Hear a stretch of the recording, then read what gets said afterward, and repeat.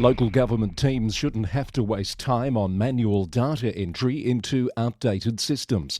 With Symphony 3 Smart Glue, you don't have to. You can automate repetitive tasks, eliminate double handling, and connect legacy systems with ease. Smart Glue helps councils streamline operations, reduce errors, and deliver better services without replacing your existing systems. It's time to build smarter, more connected local governments. Learn more at www.symphony3.com. Symphony 3, supporters of the Local Government News Roundup.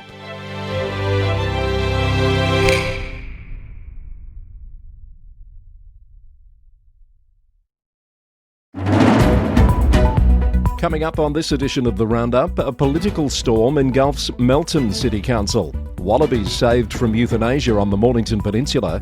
Mayors unite over deteriorating road conditions. Sweeping planning changes for New South Wales. Townsville's suspended mayor asked to show why he shouldn't be sacked. A boundary change recommendation rejected by South Australia's local government minister. And tensions flare at a Tasmanian council meeting. You've found the Local Government News Roundup, your go-to source for news from the local government sector across Australia and beyond. I'm Chris Eddy, welcome back. Also today, an ambitious plan to combat urban sprawl in Brisbane. The Roundup is brought to you by the Victorian Local Governance Association, the national broadcaster on all things local government, with support from Symphony 3, simple, connected customer experiences. Lots to tell you about today in our Friday edition of the Roundup, starting in Melton, where a political storm has engulfed the council as the husband of a councillor faces criminal charges for allegedly breaching court intervention orders, highlighting the deteriorating relationships within the council body. According to The Age, Simon Vallone, the husband of Councillor Ashley Vandenberg, was arrested yesterday and charged with intervention order breaches. There are 2 intervention orders in place taken out by Councillors Philip Zada and Lara Carley. Mr Vallone has been bailed to appear at Sunshine Magistrates Court on the 12th of December. Meanwhile, the Mayor, Steve Obushi, has issued a statement accusing Councillor Vandenberg of spreading misinformation and making claims of bullying, harassment and vilification against colleagues without evidence. He says he's referred the matter to the local government minister and the inspectorate. In a further escalation, it's understood Mr Vallone is pursuing $800,000 in compensation from the council for alleged breaches of his rights. Councillor Obushi said no evidence of the breaches had yet been provided, and the council will defend the VCAT case if it proceeds. Meanwhile, Councillor Vandenberg has also written to the minister, calling for the entire council to be sacked. Local Government Minister Nick Stakos has confirmed receiving correspondence and said the matters would be handled according to the Local Government Act. Down to the Mornington Peninsula now, where the Shire Council has unanimously voted to relocate approximately 120 wallabies from the Briars Wildlife Sanctuary. The decision was made at an urgent, unscheduled meeting called earlier this week to ensure the long-term sustainability of the population, which currently exceeds the recommended carrying capacity of 30 animals. The wallabies will be sedated, health-checked and assessed for rehoming or contraceptive implants. Rangers will continue to provide supplementary feed until the population returns to sustainable levels. The City of Greater Geelong is ceasing its involvement in family daycare services from December, according to the Geelong Advertiser. Chief Executive Ali Wasty confirmed the decision, which she said would not impact the 168 children currently under the care of 16 educators across the region. The administrative and compliance coordination functions will be picked up by other organisations, and there'll not be any officer redundancies as a result of the decision. The council will focus on other services such as centre-based childcare and kindergarten programs. The mayors of Corangamite Shire, Moyne Shire and Warrnambool City have united to demand urgent repairs to the deteriorating Cobden-Warrnambool Road. They say the road has been overlooked in the Victorian Government's road maintenance budget, despite posing significant safety risks. The 3 councils are calling for transparency regarding the upcoming $976 million Better Roads Blitz, and they're demanding proper repairs rather than temporary fixes for the vital regional connector, which serves as an important corridor for primary producers, freight carriers and regular motorists. Wellington Shire Council has approved a number of changes to its community local law. Cat owners in the Shire will now be limited to keeping just 2 cats on residential properties, down from the previous limit of 5. The reduction comes as part of several updates to the local laws approved at a council meeting this week. In another notable change, the council has removed a controversial clause that previously restricted individuals from accessing council dressing rooms, showers or toilets that didn't match their sex. Council officers noted this outdated provision contravened both the Victorian Charter of Human Rights and the Equal Opportunity Act, and confirmed it had never been enforced by the local laws team. While community feedback showed mixed reactions to that particular change, Mayor Scott Rossetti said legislative requirements must take precedence where they conflict with community sentiment. Other changes include updating penalty units to maintain fair fines and broadening smoking restrictions to include vaping in public places.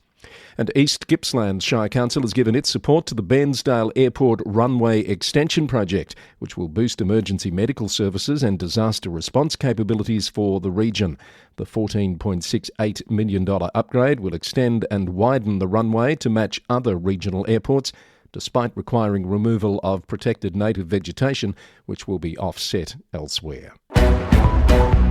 Rounding up more council news briefs, Brimbank Council is implementing a $360,000 plan to address illegal footpath trading in St Albans. It's working with Victoria Police to address what it says is a significant issue in the suburb. Hume City Council is reinforcing its stance on illegal dumping, cracking down on offenders through a Dob in a Dumper campaign that has been running since August. The council is encouraging residents to report illegal dumping in public spaces to help maintain community cleanliness and hold offenders accountable. And Manningham Council's inaugural Community Awards have recognised individuals and groups for outstanding contributions, with Leon Moore being named the Citizen of the Year for his work with the Laughing All Abilities Really Friendly Singers Choir. The expanded awards program celebrated achievements across 7 categories, including active community, ageing well, artistic achievement, community excellence, community health and wellbeing, inclusive community and young achiever.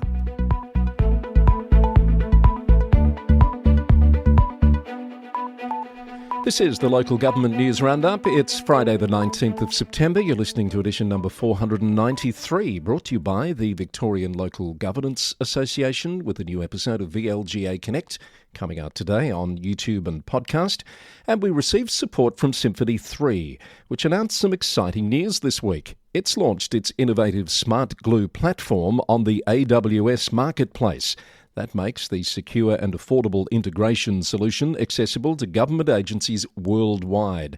The platform includes over 50 pre-built connectors specifically designed for public sector systems, government APIs, enterprise solutions, and AWS services to transform citizen experiences by breaking down data silos. Smart Glue delivers operational excellence for local governments through cost reduction, process optimisation, improved decision-making, and scalable architecture, all while maintaining comprehensive security and compliance standards required by public sector organisations. Get in touch to see how Symphony 3's expanded team and solutions can support your goals. Head to symphony3.com to find out more. It's New South Wales report time, and the New South Wales government has introduced sweeping legislation this week aimed at modernising the state's nearly 50-year-old planning system to accelerate housing development. The New South Wales Planning System Reforms Bill, unveiled on Wednesday, represents the most significant overhaul of the state's planning framework in decades. The reforms target bureaucratic bottlenecks that have contributed to Sydney becoming the second least affordable city globally. Key elements of the reform package include establishing a Development Coordination Authority to serve as a single front door for development applications, expanding the complying development pathway with 10-day approval timeframes, creating a new targeted assessment pathway for developments where strategic planning has already occurred, and removing regional planning panels that have created what the government calls unnecessary duplication and delays.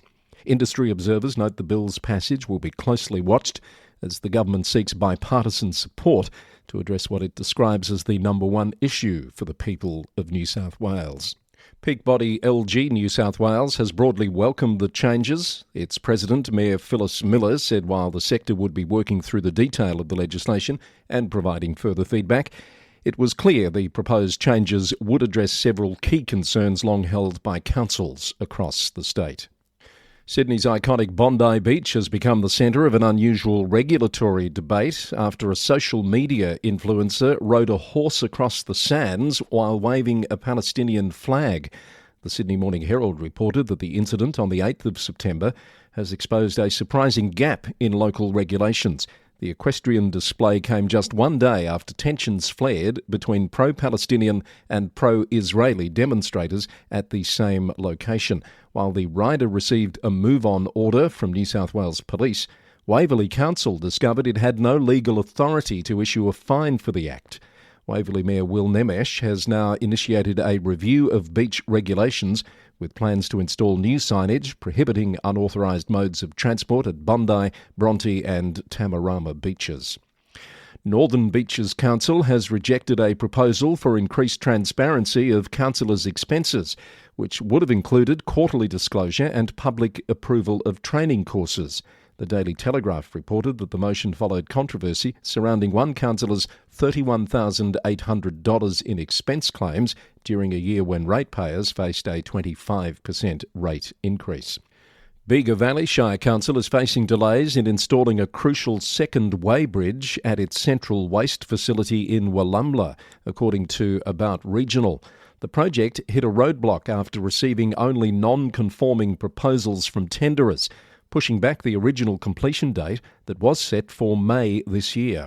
Council documents reveal that grant funding from the New South Wales EPA's Bushfire Recovery Program has now fallen through due to the delays, forcing the council to cover the costs from its own budget. The new weighbridge is considered essential infrastructure as the region prepares for the upcoming organics processing facility, which is expected to be operational by late next year. And Dungog Shire Mayor Digby Raywood is advocating for local presence of the Net Zero Economy Authority and state funding for post-mining initiatives as the region faces potential job losses from coal mine closures. Councillor Raywood told Radio 2NUR-FM that the council is also pushing to have several local roads reclassified as state roads, citing concerns with the current population-based formula used for categorisation. Rounding up more New South Wales Council briefs, Imogen Young Maloney, a business support officer at Wagga Wagga City Council's People and Culture Department, has been named the New South Wales Trainee of the Year at the Skills New South Wales Training Awards. Imogen will now represent the state at the Australian Training Awards in Darwin in December. Construction has commenced on a new $6.3 million SES headquarters in Ballina, jointly funded by the New South Wales Government and Ballina Shire Council. The project is expected to be completed by late next year. Camden Council has launched Phase 2 of its See Something, Say Something campaign in partnership with Wallandilly Shire Council and the Camden Police Area Command. They're encouraging residents to report suspicious activity to help create safer public spaces. And Murrumbidgee Council has successfully auctioned 10 properties to recover outstanding rates and charges after 5 or more years of non-payment. 13 additional property owners settled their debts before the auction.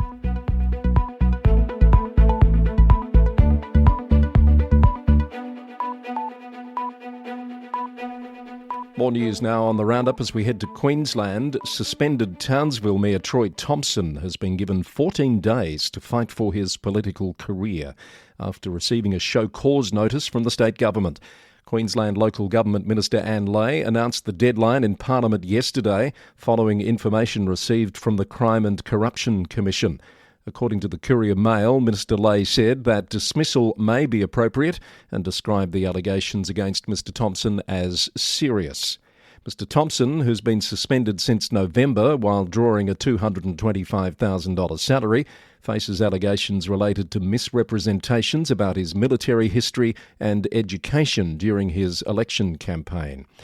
In response, Mr Thompson has accused the government of political point scoring and claimed he's not yet received the notice.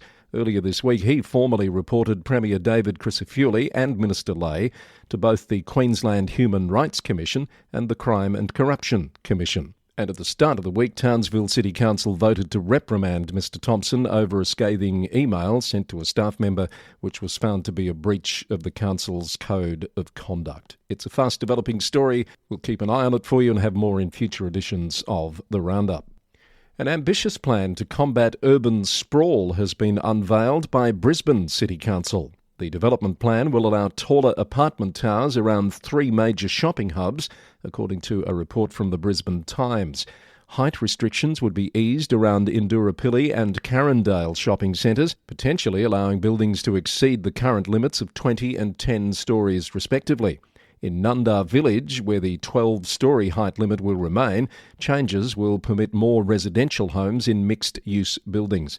Lord Mayor Adrian Schrinner says the initiative aims to position new housing near existing transport infrastructure, jobs and services, and that specific height limits will be determined following community consultation scheduled for next year.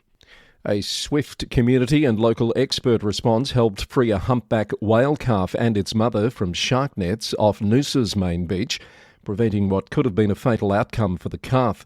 The incident has reinforced Noosa Council's call for the state government to trial the removal of mesh nets during whale migration season and implement non-lethal shark control measures instead. And Cairns Regional Council's local spending of $463 million last financial year created a total economic impact of over $1 billion for the region, while supporting more than 4,500 jobs. The figures have been revealed in the council's latest State of Procurement report. Deputy Mayor Brett Auld said the record 89% local expenditure demonstrates the significance of the council as an economic engine for Cairns, contributing to 4.6% of the region's gross regional product. Now let's whip round the other states. Firstly to Tasmania. Tensions flared at a Launceston City Council meeting this week during discussions over a South Launceston development application. The Examiner reported that Mayor Matthew Garwood and Councillor Tim Walker exchanged heated words when Councillor Walker questioned planning officers about a retaining wall in the proposal. The Mayor appeared visibly frustrated, at one point striking his desk while criticising councillors for not reviewing materials beforehand. The clash escalated when Councillor Walker raised his voice, prompting Mayor Garwood to issue a formal warning that Walker could be ejected from the chamber if he couldn't calm himself. Despite the tension and opposition from 4 councillors, including Councillor Walker, the council ultimately approved the development, which Deputy Mayor Hugh Mackenzie said met planning scheme requirements.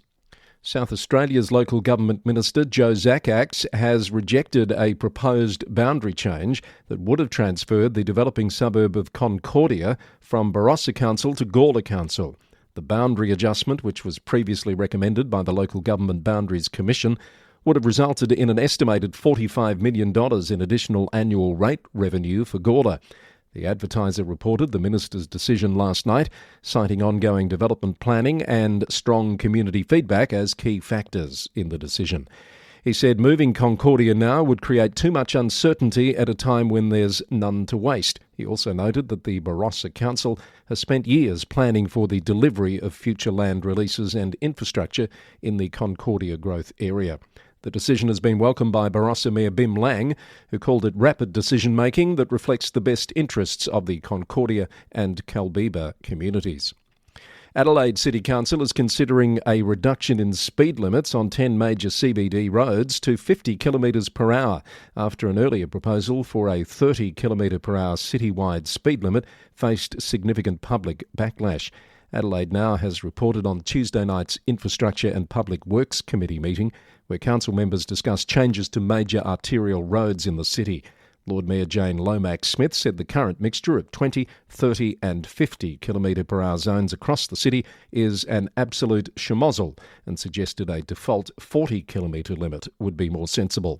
Not all council members are on board, however, and the matter has been deferred until October. Major changes ahead for the Shire of Ravensthorpe in Western Australia, which will have a new Shire President and a new Chief Executive Officer in the coming months. Outgoing Shire President Tom Major gave a farewell message at this week's council meeting. He's stepping down after 8 years on the council, along with 2 other members of the 7-member council. One of the first tasks for the incoming council after elections in October will be to select a new chief executive. to replace Matthew Bird, who's leaving in January after nearly 4 years. A selection panel has commenced the recruitment process and will make recommendations to the new council post the 18th of October election.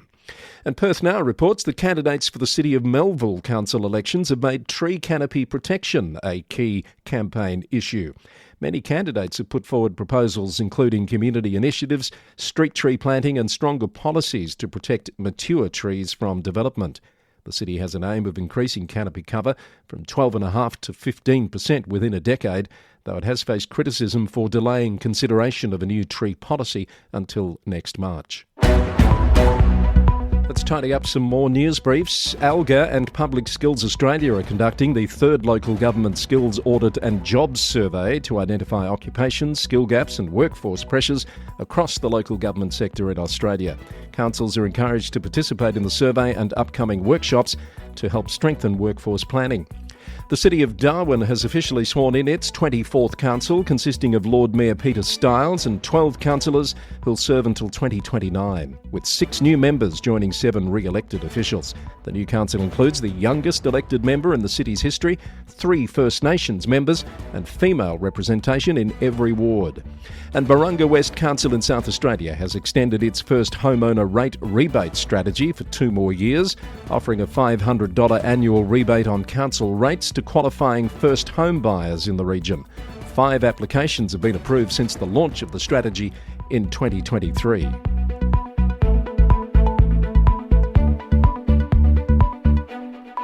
Let's round out the week now on the Roundup with our global report. In the UK, Liverpool City Council has welcomed the government's introduction of the Hillsborough Law, which will establish a legal duty of candour for public officials and ensure equal legal representation for bereaved families.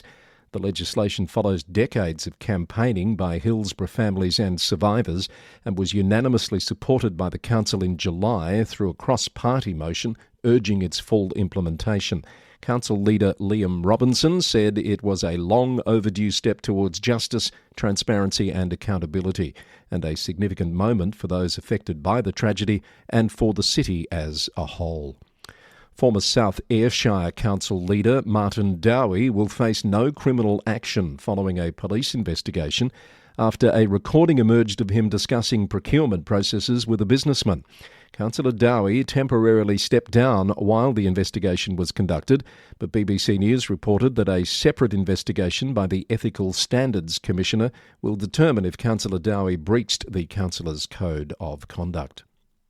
A Scottish council has begun legal proceedings to evict the self-proclaimed Kingdom of Kubala, a group of 3 individuals calling themselves an African tribe, after they set up camp on council-owned land following eviction from nearby private property. The group claims to be reclaiming land stolen from their ancestors 400 years ago, according to a report from Sky News. But Scottish Borders councillors made it clear that nobody is above the law and they're determined to complete the eviction process. Philadelphia City Council in the US is urging Pennsylvania's General Assembly to reverse the 20% service cuts to the Southeast Pennsylvania Transportation Authority that have eliminated 32 bus routes and reduced rail service in the city. They say the cuts have significantly impacted students and workers across the city, according to a report from WHYY News. Mayor Sherelle Parker and the City Council have called on state lawmakers to stop letting politics get in the way and approve a long-term funding solution rather than a short-term budget patch. Vancouver City Council in Canada has voted unanimously this week to pave the way for more vertical farms in underutilised spaces like office buildings and apartments. CTV News reported that councillors hope the move will create more jobs, reduce waste and its dependence on foreign markets, particularly in light of a changing relationship with the United States. Toronto City Councillor Michael Thompson has been acquitted of sexual assault charges stemming from alleged incidents in 2022. CTV News reported that the judge ruled the allegations could not be proven beyond reasonable doubt. Councillor Thompson, who maintained his innocence throughout the proceedings, claimed the charges were politically motivated by business people who were unhappy with his decisions. And the Local Governance Commission of New Brunswick has recommended mandatory training for elected municipal officials in the province and senior staff on topics such as conflict of interest and good governance to prevent avoidable expenses, conflicts and stress. CBC reported that the recommendation comes after numerous issues in newly amalgamated communities, with the Commission suggesting the training should cover responsibilities, procedural bylaws, closed meetings, fiscal management and legislative interpretation, among other topics. And so ends another week of traversing the wide and wonderful world of local government here on the Local Government News Roundup. This was edition number 493, recorded on the morning of Friday the 19th of September 2025. If you have comments or feedback, you can send an email to lgweeklynews@gmail.com or head to lgnewsroundup.com for more information about this episode, including all the links to the stories that we've referenced. The Roundup is brought to you by the Victorian Local Governance Association, the national broadcaster on all things local government, with support from Symphony 3, simple, connected customer experiences. We're recorded in the city of Greater Geelong, Victoria, on the land of the Wadawurrung people of the Kulin Nation. And we come your way every Monday, Wednesday and Friday. Until next time, thanks for listening and bye for now.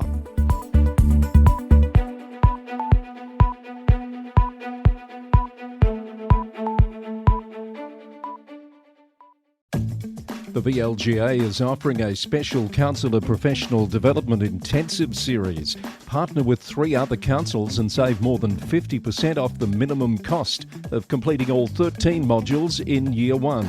The intensives will be held over 3 days. They're cost-effective, time-efficient and promote the benefits of peer-to-peer and face-to-face learning. In addition to the intensives and in recognition that every council has different needs, the VLGA also offers bespoke training options, both online and in person. A faculty of facilitators will work with you to customise a program that responds directly to the unique professional development needs of your council. To find out more, head to www.vlga.org.au.